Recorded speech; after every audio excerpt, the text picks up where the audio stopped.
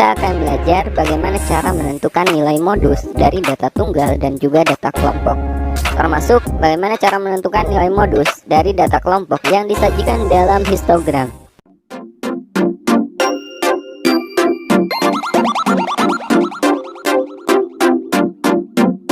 Oke, pada video ini kita akan belajar bagaimana cara mencari nilai modus dari data tunggal dan juga data kelompok.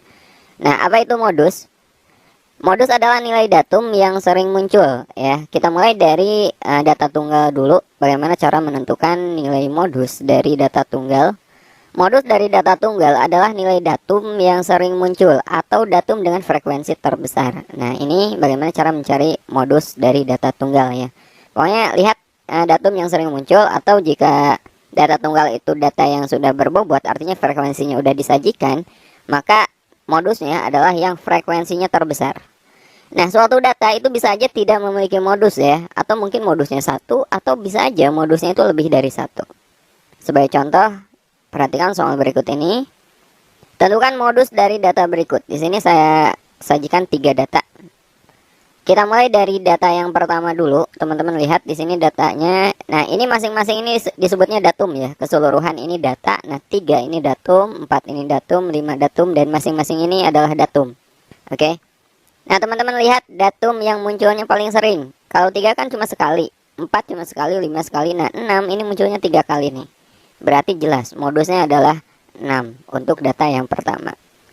Untuk data yang kedua, kita lihat 3 ini datum yang muncul sekali, 4 juga sekali, 5 ini ada 2 kali, 6 ada 2 kali, dan 7 ada 2 kali.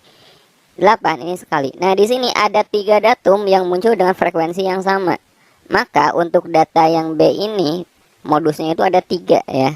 Modusnya itu 5, 6, dan 7 karena muncul dengan jumlah frekuensi yang sama. Lalu bagaimana dengan data yang C? Data yang C ini tidak ada modusnya. Kenapa? Karena datum 3 ini muncul 2 kali, 4 2 kali, 5 2 kali, dan 6 2 kali. Muncul semuanya dengan frekuensi yang sama ya. Sama semuanya, nggak ada frekuensi yang lebih sedikit atau frekuensi yang lebih banyak. Beda dengan data B, di sini ada 3 dan 4 muncul dengan frekuensi yang lebih sedikit ya. 1 ini 1 ini 1, maka yang muncul 2 kali itu adalah modusnya. Jelas ya? Jadi modus itu data yang datum yang munculnya paling banyak atau frekuensinya terbesar. Kita coba dengan data tunggal yang berbobot, artinya frekuensinya sudah disajikan. Tentukan modus dari data berikut.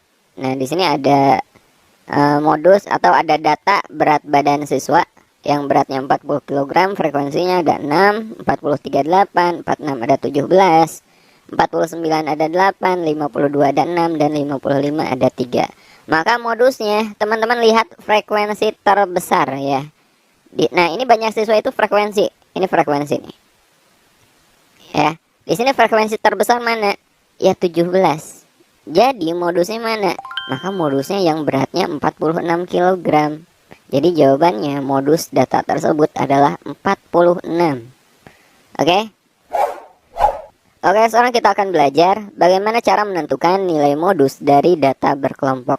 Nah, saya kasih dulu formula atau rumusnya. Inilah rumus yang akan kita gunakan. Nah, mungkin kalau teman-teman lihat di buku paket teman-teman ada yang rumusnya beda.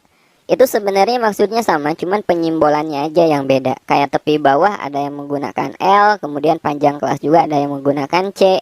Kemudian D1 dan D2 ada juga buku yang menggunakan delta ya. Nah, TBMO ini adalah tepi bawah kelas modus. Kemudian D1 ini selisih frekuensi kelas modus dengan kelas sebelumnya. Kemudian D2 ini selisih frekuensi kelas modus dengan kelas sesudahnya. Dan P adalah panjang kelas. Untuk lebih jelas cara penggunaannya nanti kita bahas contoh soalnya. Nah, ini teman-teman catat karena ini rumusnya cukup penting. Oke, sekarang kita coba kerjakan soal berikut ini. Tentukan modus dari data berikut. Nah, ini adalah data berkelompok. Datanya sudah disajikan dalam tabel distribusi frekuensi. Langkah pertama untuk mencari modus, teman-teman tentukan dulu kelas interval yang frekuensinya terbesar. Yaitu adalah kelas modus. Di sini mana yang frekuensinya terbesar? Yang ini kan? Maka ini adalah kelas modus. Oke, sekali lagi. Tentukan dulu kelas modusnya. Caranya lihat data interval yang frekuensinya terbesar. Seperti ini frekuensinya 14. Ini terbesar, berarti ini adalah kelas interval modusnya, kelas modusnya. Oke, sekarang kita akan mencari nilai modus dari data ini. Kita tulis ulang rumusnya ya, yang ini. Langkah pertama, kita akan mencari tepi bawah kelas modus. Pada video 1 saya udah jelaskan bagaimana cara mencari tepi bawah kelas modus. Nah, kita udah dapat ini adalah kelas modusnya. Kita akan mencari tepi bawahnya. Tepi bawah itu caranya batas bawah dikurangi setengah. Ya, kalau datanya tidak ada desimal kayak gini. Oke, dikurangi setengah. Jadi di sini kan batas bawahnya 49. Berarti tepi bawah itu 49, kita kurangi setengah. Oke, jadi tepi bawah kita peroleh 49 dikurangi 0,5. 48,5. Nah, ini tepi bawah kelas modus. Tetapi seandainya interval kelasnya ini ada desimalnya, ada komanya, misalkan 31,5, maka bukan dikurangi setengah ya, tapi dikurangi 0,05 gitu. Nah, sekarang kita udah dapat tepi bawah. Apalagi yang kita perlukan?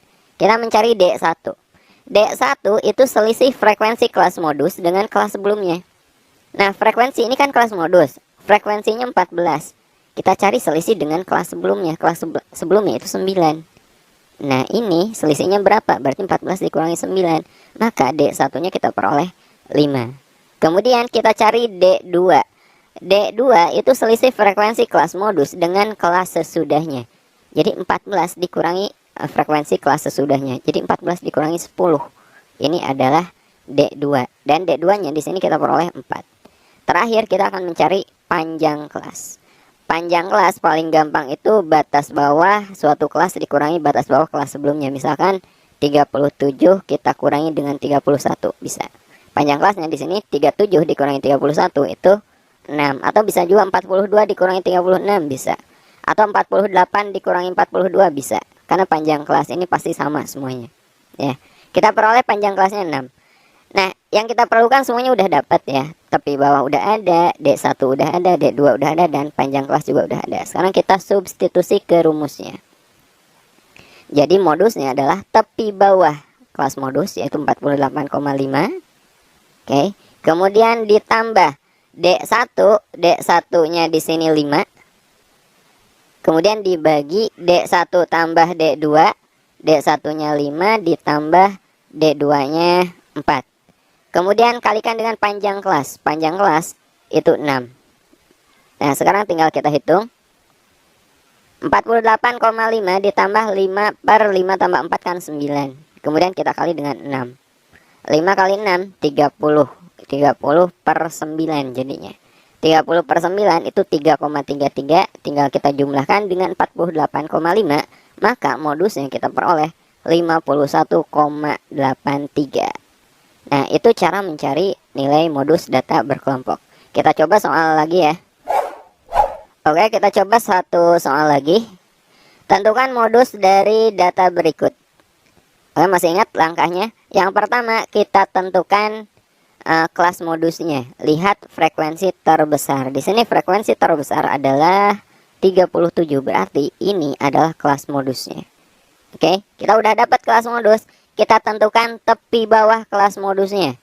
Lihat di sini batas bawahnya kan 70. 70 tinggal kita kurangi 0,5. Maka tepi bawah kelas modusnya adalah 69,5. Kemudian kita cari D1.